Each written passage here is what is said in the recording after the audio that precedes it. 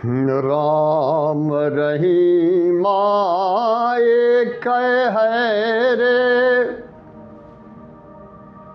राम रहीम एक है रे, काहे करो लड़ाई। इन रगुनिया अगम अपारा, निरगुनिया अगम अपारा, तीनों लोक सहाई। राम और रहीम ये दोनों एक ही है।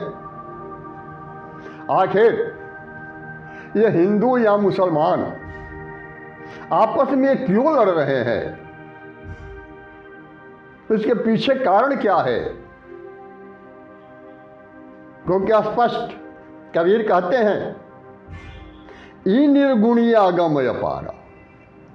ये निर्गुण है, अगम अपार है, और तीनों लोक में अगर कोई सहायक है, कोई अपना है, तो वह केवल यही है,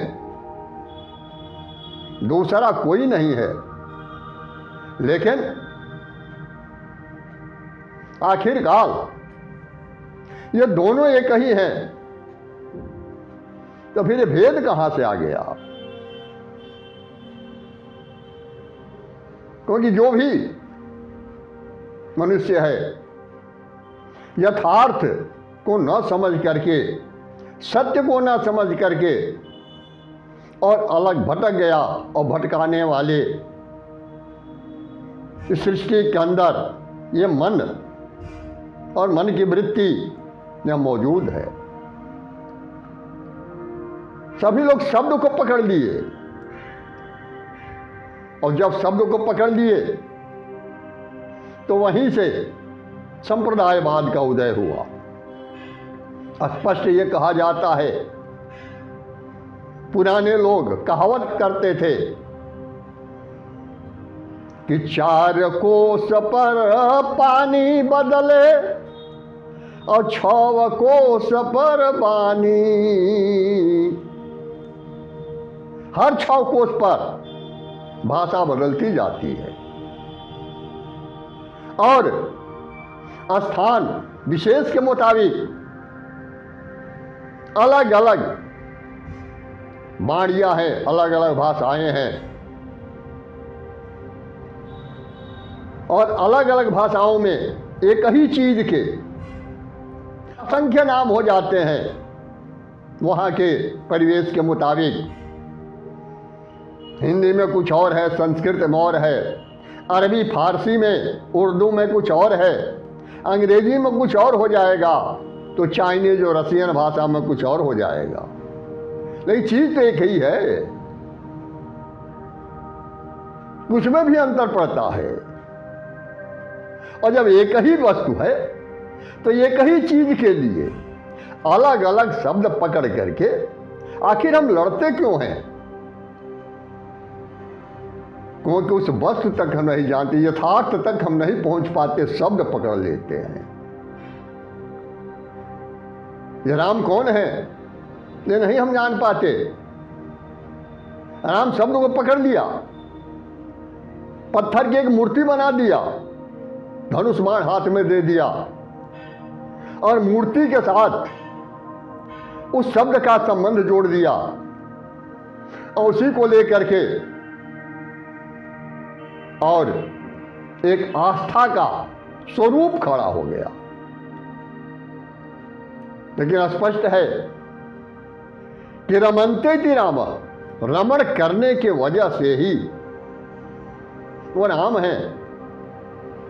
क्योंकि प्रहलाद स्पष्ट जब कहे हिरण्यकश्यप से कि हम में, तुम में, खड़ग खंभ में और घट घट व्यापे राम, राम कहाँ नहीं है? और जब हर जगह राम है, सबके भीतर राम है, तो फिर हिंदू मुसलमान के बीच में यह शब्द को लेकर के लड़ाई क्यों हो रही है? रहीम से क्यों नफरत है? क्योंकि रहीम का मतलब ही होता है रहम करने वाला। तो जो रहम करता है, जो दयालु है, कृपालु है, तो दयालु और कृपालु शब्द से हमें नफरत नहीं होती है, रहीम शब्द से क्यों नफरत हो जाती है? यह बहुत चिंतनीय विषय है। और आज हम ये देखते हैं कि सारे संसार में जितने भी संप्रदायवाद चल रहे हैं, सभी लोग यथार्थ से विमुख होकर के और केवल शब्द पकड़ रहे हैं। विष्णु के सहस्त्र नाम हैं, शिव के सहस्त्र नाम है, लक्ष्मी के सहस्त्र नाम है, सबके सहस्त्र नाम हैं, लेकिन उस सहस्त्र नाम से कोई मतलब नहीं है। हम किसी एकाध शब्द के साथ अपना संबंध जोड़ देते हैं और उसी शब्द को लेकर के अब पूर्वाग्रह के शिकार हम हो जाते हैं, जबकि नाम के बारे में स्पष्ट कहा गया है कि शब्द माही जो अर्थ है और नाम जानिए सोय। राम नाम और कृष्ण कन्हैया ये शब्द अर्थी हों। शब्द के अंदर जो अर्थ छिपा हुआ है वही नाम है, शब्द नाम नहीं है। इसलिए प्रहलाद जब उस अर्थ को ग्रहण कर लिए, शब्द को ग्रहण नहीं किए, राम के अर्थ को ग्रहण कर लिए, और इसीलिए प्रहलाद कहे कि हम में तुम में खड़ग खम्भ में घट घट व्यापेगा। और आज वर्तमान परिवेश में जहां विज्ञान इतना आगे की तरफ बढ़ रहा है, हर क्षेत्र में शोध हो रहे हैं नए नए, लेकिन हम उस पूर्वाग्रह के शिकार हो करके और आपस में संघर्ष करते रहते हैं, यथार्थ को समझ नहीं पाते, और परिणाम ये है कि हम विकसित न हो करके और अनवरत पीछे की तरफ चले जा रहे हैं। इसलिए हमें समस्त लोगों से यह अनुरोध है कि वे लोग सत्य को स्वीकार करें, सत्य को ग्रहण करें और शब्द पर न जाएं, जो मूल तत्व है उसको समझें और आपस में संपूर्ण सृष्टि के अंदर एक ही परमपिता परमेश्वर है, एक ही नाम है, चाहे उसको अल्लाह कहो, चाहे परमेश्वर कहो, चाहे वाहे गुरु कहो, चाहे राम कहो, जो मर्जी हो वो कहो, लेकिन है वो एक ही। हम अपनी अपनी भाषाओं के मुताबिक उसका नामकरण कर लेते हैं।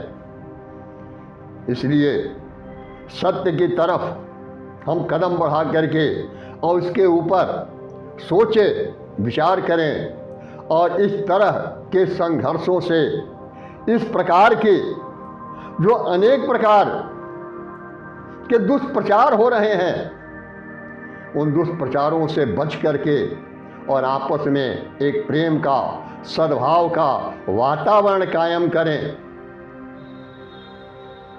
आज पत्थर की मूर्तियों में प्राण की प्रतिष्ठा तो कर देते हैं पंडित जी, और उस पत्थर को हम राम मान लेते हैं, भगवान मान लेते हैं, उसकी आरती पूजा होने लगती है। लेकिन जब प्राण प्रतिष्ठित करने की क्षमता पंडित जी के अंदर है, तो पंडित जी के अंदर से प्राण कैसे निकल जाता है? क्यों उनके घर में मृत्यु होती है? क्यों नहीं प्राण को प्रतिष्ठित करते हैं? लेकिन नहीं, जो प्रत्यक्ष देव हैं, जो सबके भीतर मौजूद हैं, उनको न पहचान करके इस तरह का एक नफरत का बीज पैदा किया जाता है कि हजारों हजार लोग इसके शिकार हो जाते हैं, कितने घर उजड़ जाते हैं जिसका कोई ठिकाना नहीं है। इसलिए चाहे हिंदू हो, मुसलमान हो, सिख हो, ईसाई हो, फारसी हो या जो भी हो, सभी लोग इंसानियत को पहचाने, मानवता को पहचाने और संपूर्ण सृष्टि एक है, उस एक को पहचानने की कोशिश करें। इसीलिए कबीर कहते हैं बार बार, एक से अनेक हुआ, एक ही से अनेक हुआ, एक अनेक ही माही समाय, और एक से परिचय हुआ तो अनेक एक हो जाए। सब घटों में वह एक ही विराजमान है। चाहे उसका नामकरण कुछ भी कर दो, चाहे उसको तुम खुदा कहो, अल्लाह कहो, या राम कहो, कृष्ण कहो, भगवान कहो, चाहे वाहे गुरु कहो, जो मर्जी हो कहो, उस शब्द को लेकर के आपस में तकरार न करो, बल्कि आपस में एक प्रेम का वातावरण करो और एक को पहचानने की कोशिश करो। क्योंकि जब तक एक को नहीं पहचानोगे तब तक अनेकता में एकता कायम नहीं हो सकती है, ये संभव नहीं है।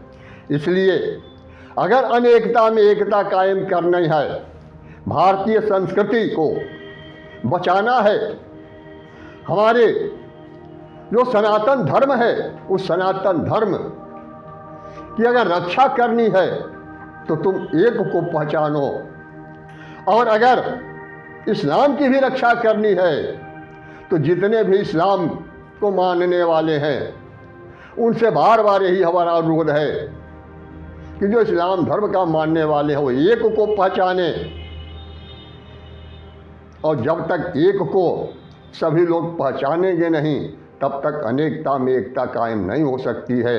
बोलिए सद्गुरुदेव की जय, परमपिता परमात्मा की जय, अवतारधारी महापुरुषों की जय। ज्ञानी को, ध्यानी को, गुप्त को, प्रगट को, सकल संत समाज को सत्य नाम साहिब।